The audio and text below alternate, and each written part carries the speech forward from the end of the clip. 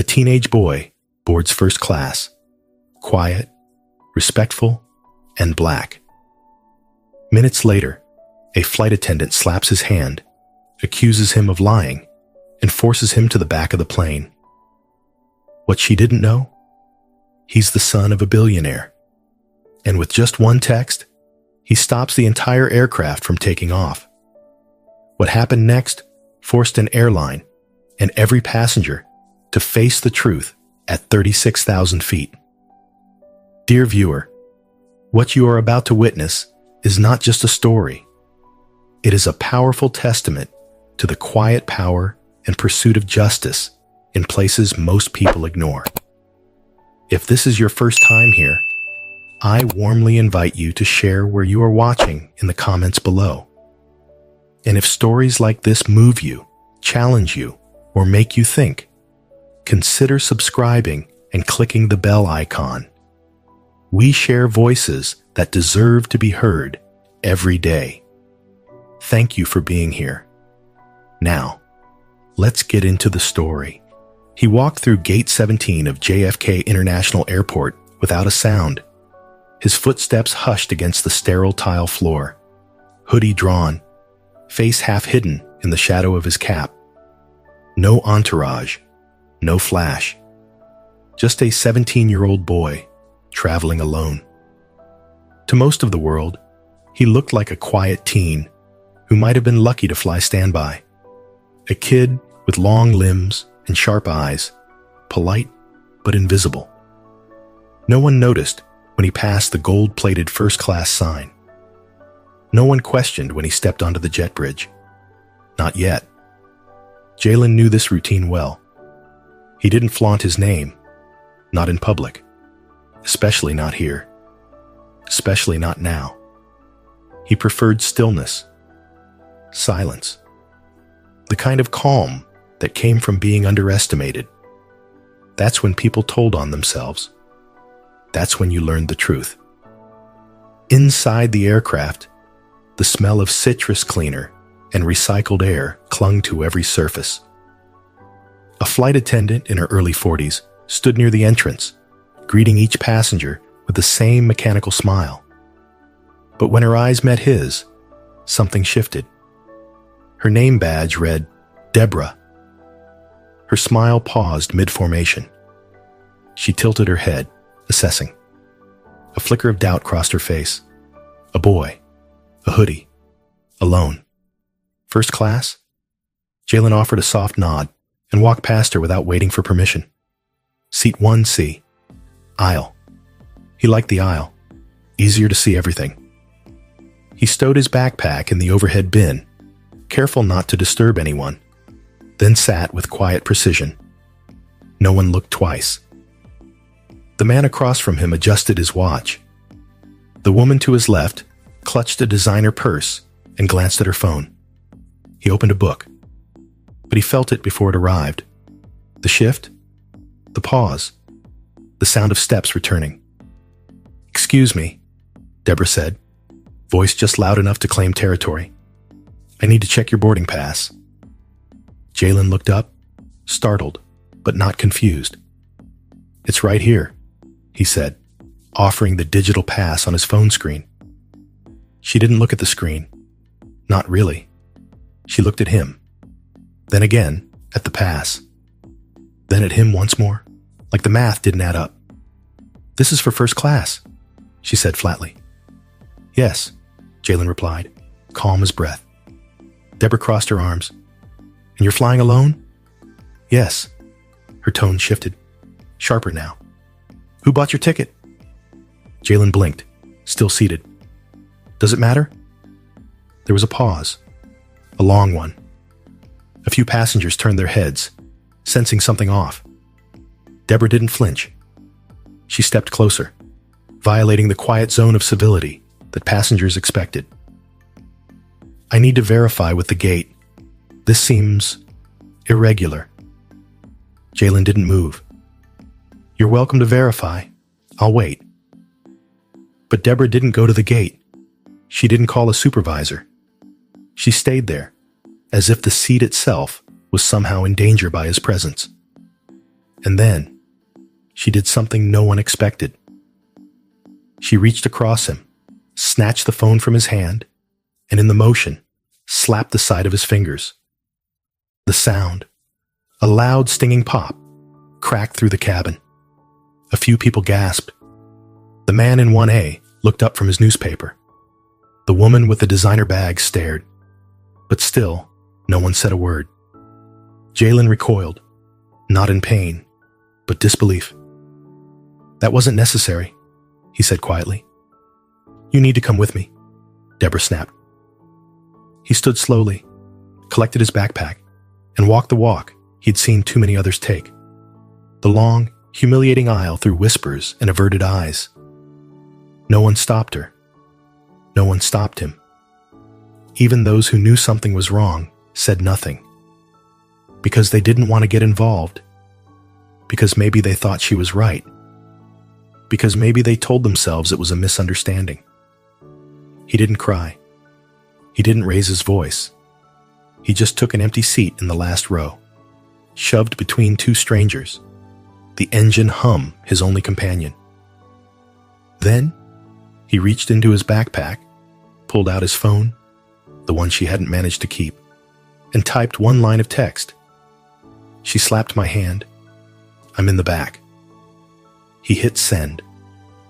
Somewhere, miles above the city skyline in a mirrored tower in Chicago, a different kind of storm began to gather. The message was read almost instantly, and the man reading it didn't hesitate. His name was Elijah Monroe, founder of 5 global tech companies, a quiet, deliberate billionaire whose fingerprints were woven into the digital infrastructure of half the country. He was also Jalen's father. And in this moment, he became something more. He became still. Then he made one call, and the plane stopped moving. The flight that was moments from taxiing froze on the tarmac. The crew was instructed to delay departure. A code was entered into the gate system, triggering a cascade of alerts. Inside the cockpit, the captain received a message he hadn't seen in 15 years of flying. "Hold at gate. Executive override. Do not depart." The captain, puzzled, looked over at his co-pilot. "Executive override?" "Yeah," the co-pilot replied, eyes wide. "From corporate. Something serious." And it was. Back in the last row, Jalen closed his eyes, letting the sound of the engines fade into background. He didn't smile. He didn't fume. He waited. He knew his father wouldn't let this sit. Up front, Deborah stood near the galley, confused by the sudden halt in activity. A younger attendant approached. "We just got word we're being held," she whispered. Deborah frowned. "Why?" "Weather's clear." The attendant shrugged. "Don't know. Something from the top. You might want to talk to the captain." And for the first time that morning, Deborah felt a tremor ripple down her spine, a tightening in her chest, a realization, slow, sharp, and irreversible. She hadn't just kicked a boy out of a seat. She had humiliated the wrong person, and the seatbelt sign hadn't even turned off yet. The silence in the last row of the aircraft was thick, but it was nothing compared to the quiet storm that raged behind Jalen's composed exterior. The low thrum of the engines had become background noise, a kind of emotional static that echoed the distance he now felt, not just from his seat in first class, but from the dignity stripped from him without a word of protest from anyone around. Jalen had never needed a crowd.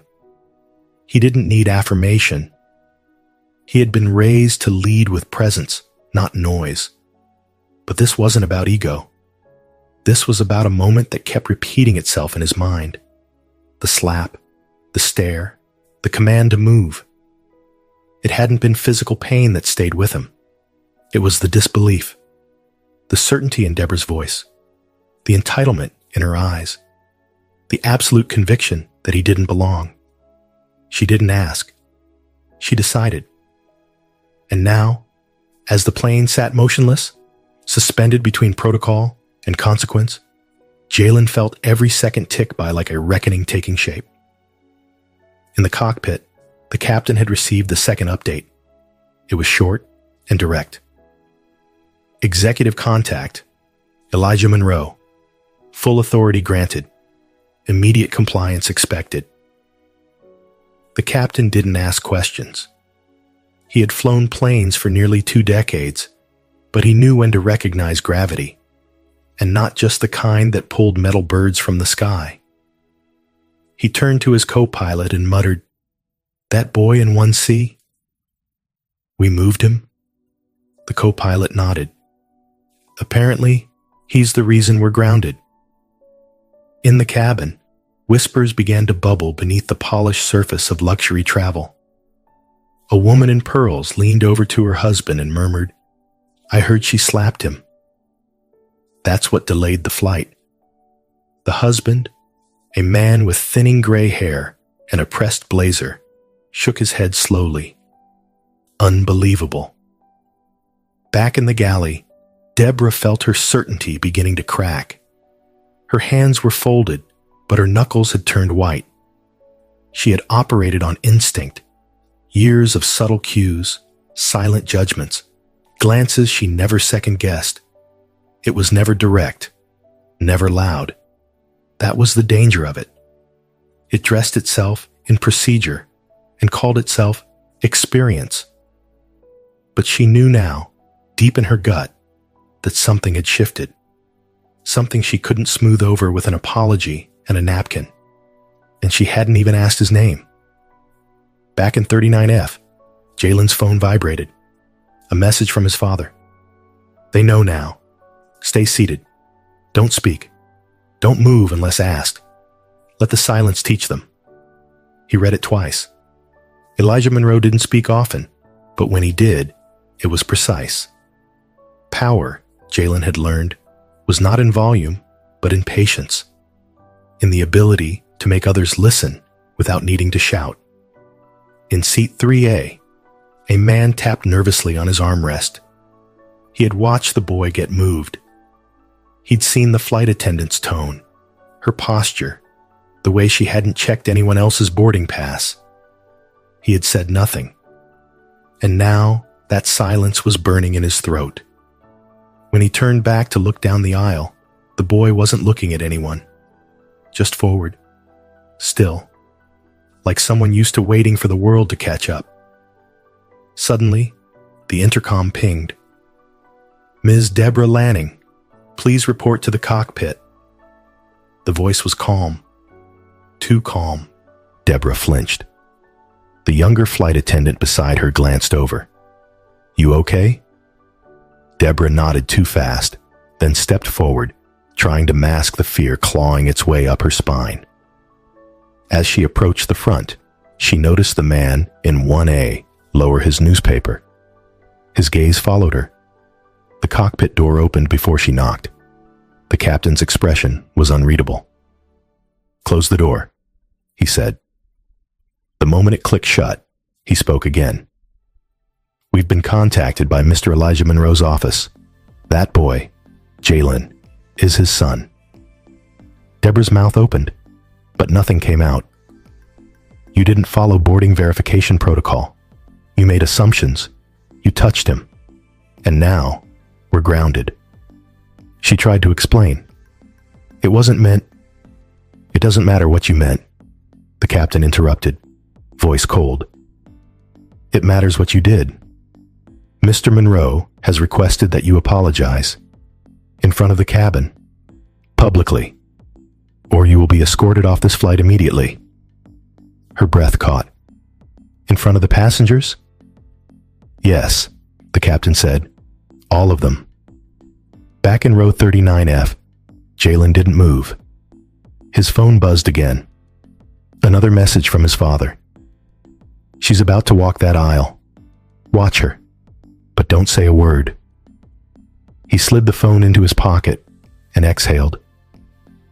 The sound of slow footsteps echoed in the cabin as Deborah returned. Passengers turned their heads. The atmosphere shifted like a sudden draft through still air. She walked slowly, her composure cracked like porcelain. When she reached the final row, she stopped, forcing herself to meet his eyes. "Mr. Monroe," she said, her voice quieter than before. "I want to apologize. I misjudged you, and I acted inappropriately.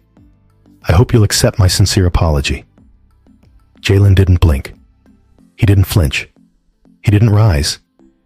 Instead, he simply looked at her with a calm so rooted it made her knees feel unsteady.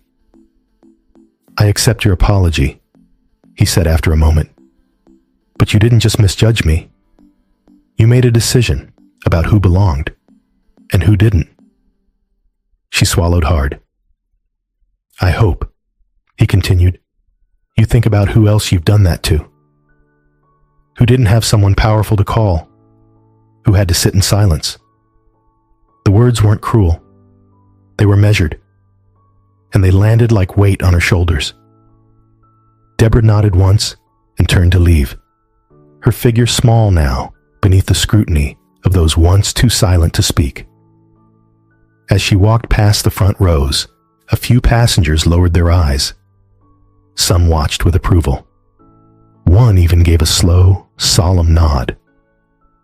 Back in his seat, Jalen rested his head against the window. This wasn't about revenge. It never had been.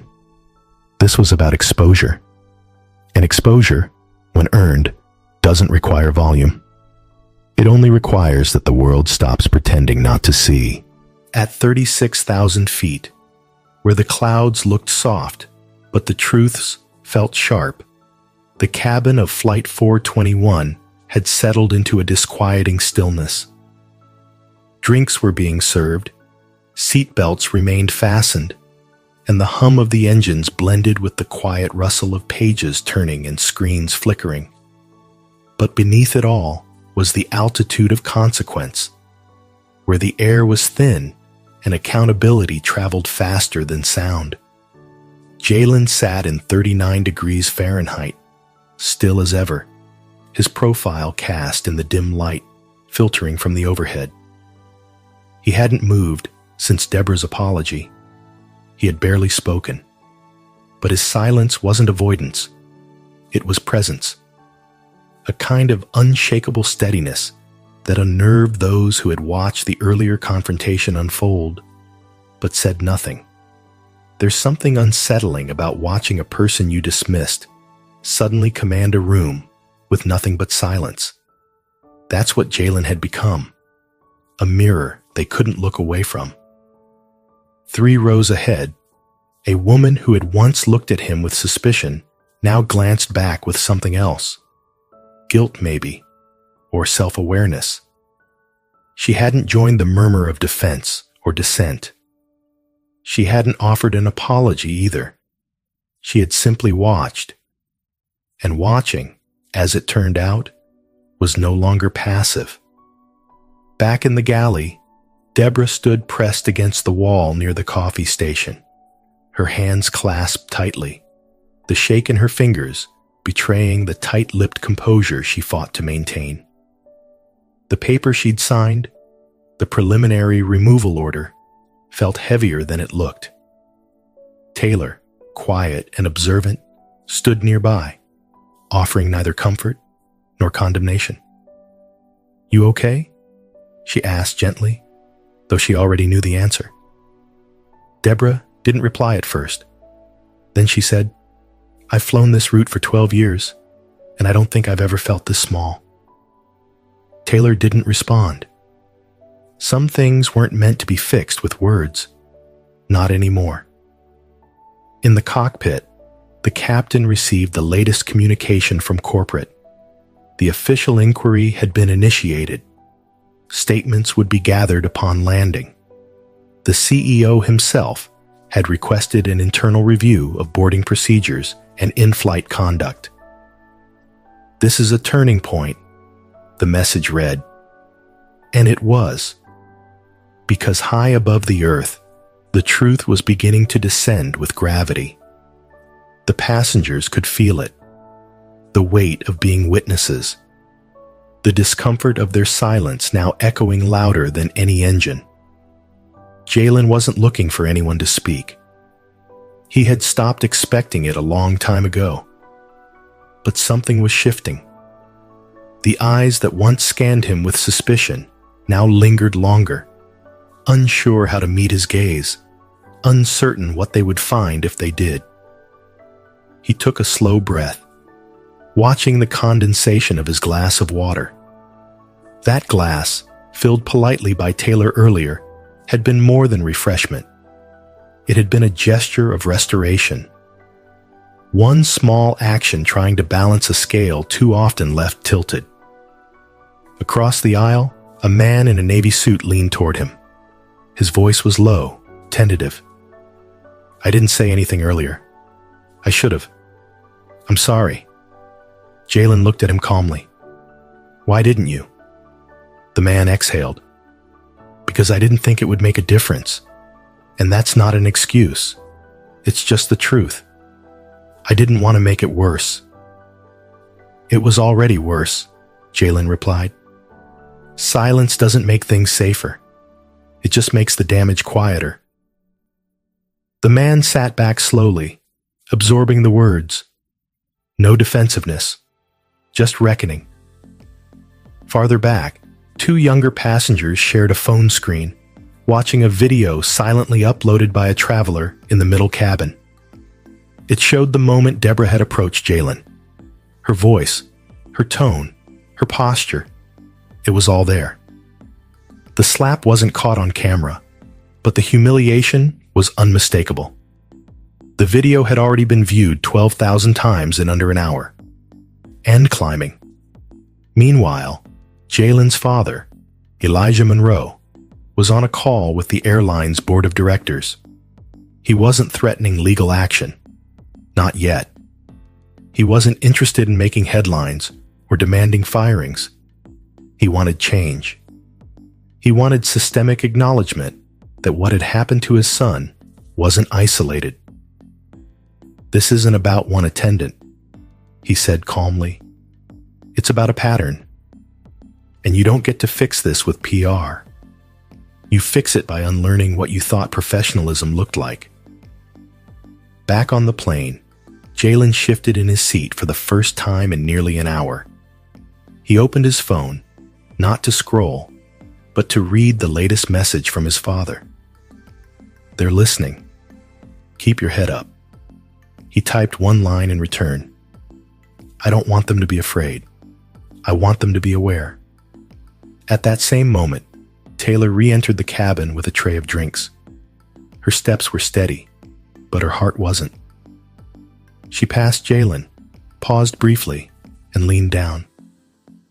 "They're starting to understand," she said softly.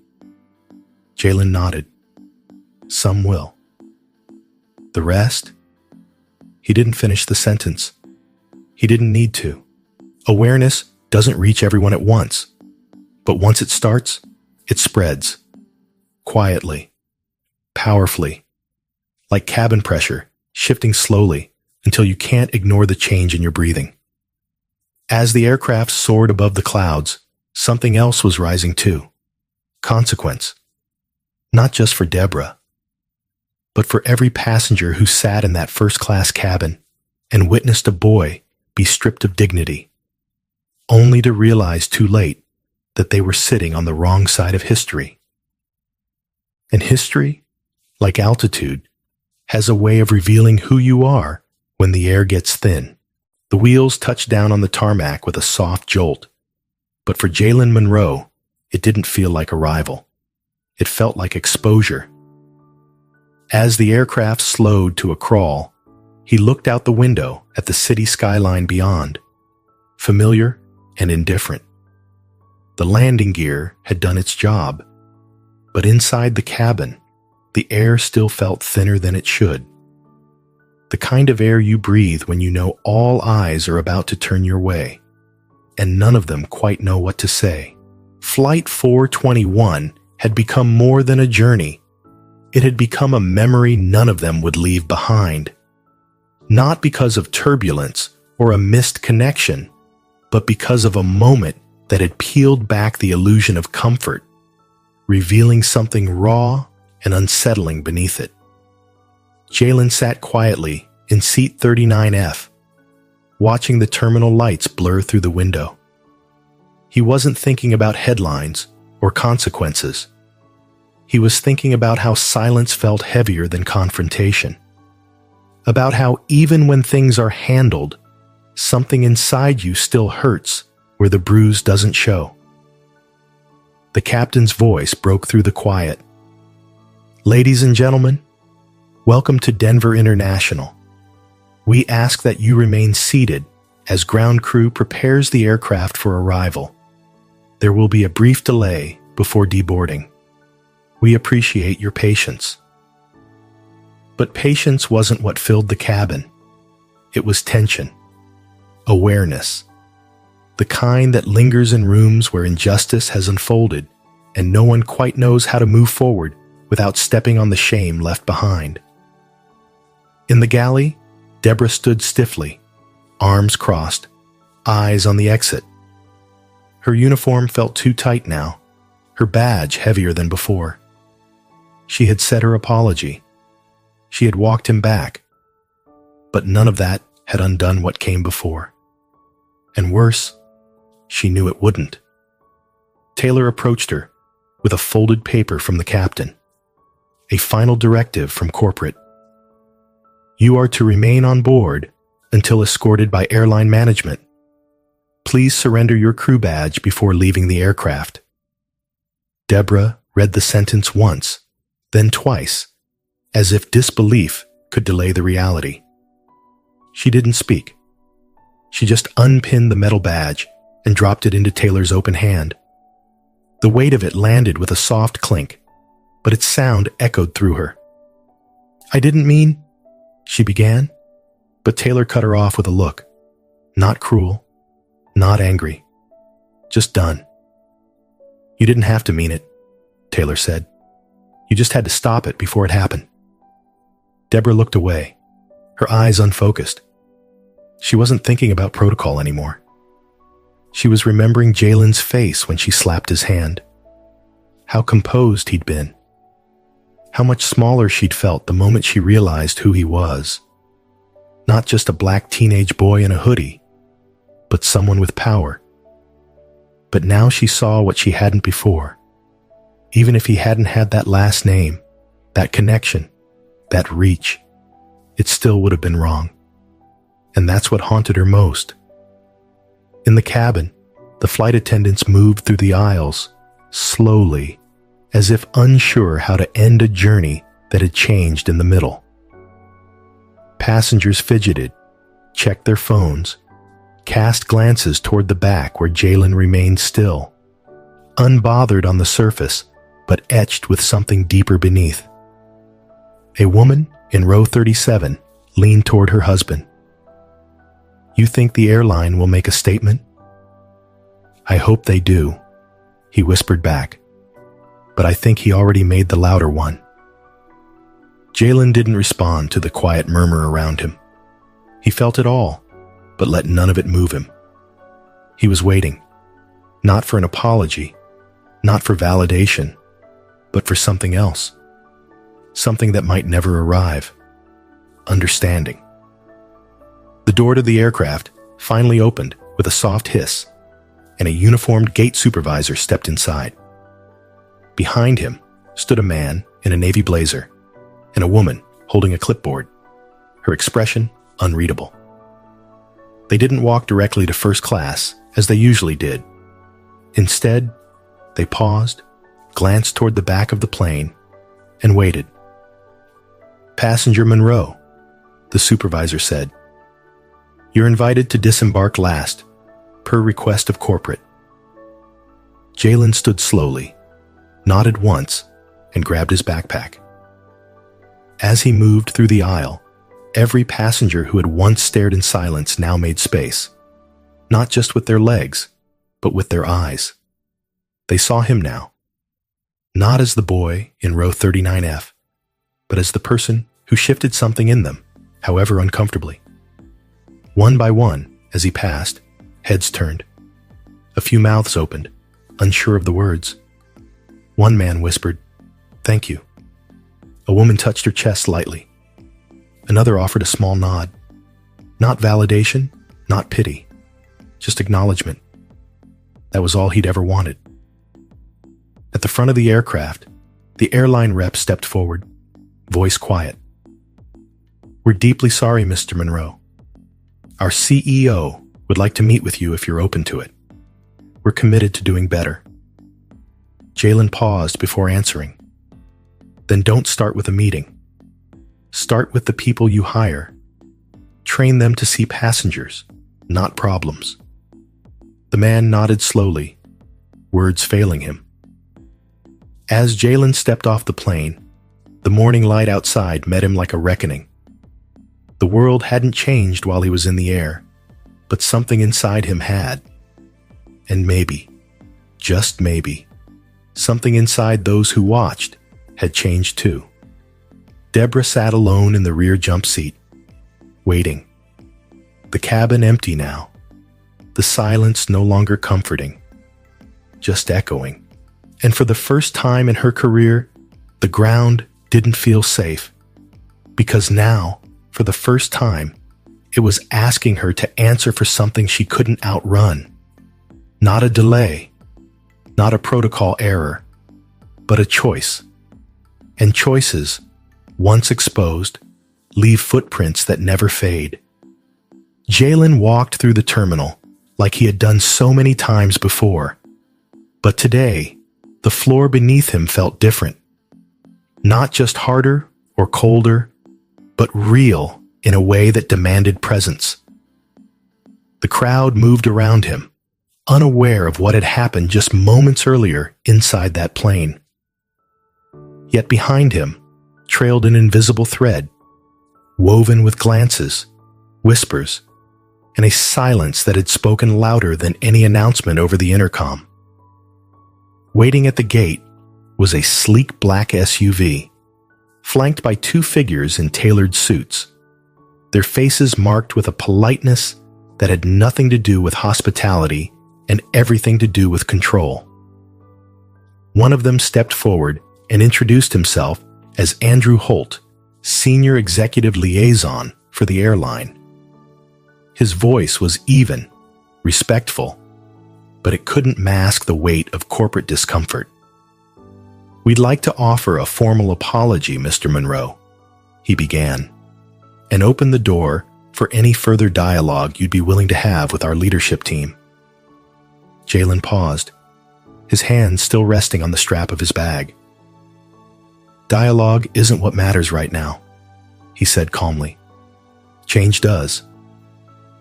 They exchanged glances, but nodded. Words were easy. What came next wouldn't be. He stepped into the car without looking back. The leather interior was cool against his skin, but it didn't ease the restlessness inside him. He thought about the woman who had struck his hand, about the passengers who had watched, about the people who would see the video and feel something. Rage, shame, maybe reflection. But he also thought about Taylor. She hadn't spoken at first, but when she finally did, it hadn't been scripted. It had been human. And sometimes, one honest voice mattered more than a room full of polite ones. As the car pulled away from the curb, his phone buzzed with another message from his father. "Media inquiries are surging. We'll control the narrative. You did what needed to be done." Jalen didn't reply immediately. He stared out the window as the city blurred past, 1,000 strangers going about their day, unaware they had just inherited a story that would stretch beyond the flight, beyond the gate, and into something larger. Not every moment demands a revolution. Sometimes it only takes a refusal to be invisible, to be dismissed, to be silenced. At headquarters later that week, the airline released a statement. not filled with vague regrets or empty platitudes, but with clear directives. Mandatory anti-bias training, new boarding protocols, a public apology addressed not just to Jalen, but to every passenger who has ever been seen as less than. It didn't fix everything. It couldn't. But it started something. And Jalen? He didn't go on camera. He didn't give interviews. But he did meet with youth organizations across the country, sharing not his name, but his experience, teaching others how to stand without shouting, how to let dignity carry the weight that anger sometimes cannot. The flight was over, but the impact had only just begun. Because what landed that day wasn't just a plane, it was a truth. And truth, once seen, never goes back to sleep. Jalen Monroe never set out to make a statement. He boarded that plane like any other passenger, quiet, respectful, just trying to get from one place to another. He didn't expect the judgment. He didn't expect the slap. And he certainly didn't expect to become the center of a lesson the entire cabin, and soon the entire country, would be forced to witness. What happened in Seat 1C wasn't just a misunderstanding. It wasn't a case of mistaken identity. It was something more insidious, a reflection of a truth many people experience every day, but rarely have the platform to challenge. Jalen was judged, not for what he said, not for what he did, but for how he looked. For daring to exist in a space where someone like him wasn't expected. But unlike so many who face that moment alone, Jalen had something else. Not just privilege, not just access, but a voice backed by clarity, and a father who knew how to turn power into accountability. And in that moment, when Jalen refused to cause a scene and instead sent a single message, he shifted the entire dynamic. The slap that was meant to shame him only amplified the injustice, because this time, someone was watching. And this time, silence didn't win. The flight was delayed. The story unraveled. The truth spread faster than turbulence. Passengers who had sat in stunned silence began to reflect. Flight attendants, who once followed protocol, started to question the system. And an airline that had brushed aside countless smaller indignities was now forced to listen. Because the voice they ignored came backed by someone they couldn't. But the real power in this story wasn't Jalen's wealth. It wasn't his family name. It was the way he held his dignity when others tried to strip it away. The way he sat back down in the same seat he was kicked out of. Not with vengeance, but with quiet purpose. And how he reminded every witness on that plane that justice doesn't always need a microphone. Sometimes, it just needs to stand its ground. From the first cold glance to the final apology, this wasn't just a personal moment. It was a public reckoning. And the question it leaves us with is this: how often do we watch something wrong and say nothing? How often do we justify our silence, hoping someone else will speak up? The lesson here is not just about race. It's about recognition. It's about remembering that presence matters, and dignity should never come second to prejudice. That when someone is forced to the back, literally or metaphorically, it's our responsibility to notice, to speak, to shift the story. So how can we apply this in our lives? It starts small. Look closer. Don't assume. When you see someone treated unfairly, don't look away. You don't need power to make a difference. You just need the courage to see. Let Jalen's story be a reminder that silence can be broken. That even the quietest resistance can roar. That dignity doesn't need to scream to demand respect. It only needs to stand And if this story moved you, if it made you think, if it made you pause even for a moment, please take a second to support this channel. Hit that subscribe button, turn on the notification bell, and drop a comment below, sharing where you're watching from. Every like, every share helps us bring more stories like this to life. Stories that matter, stories that inspire, and stories that remind us all of what it means to be human. Thanks for being here. Stay awake, stay kind, and remember, some flights change more than destinations. They change us.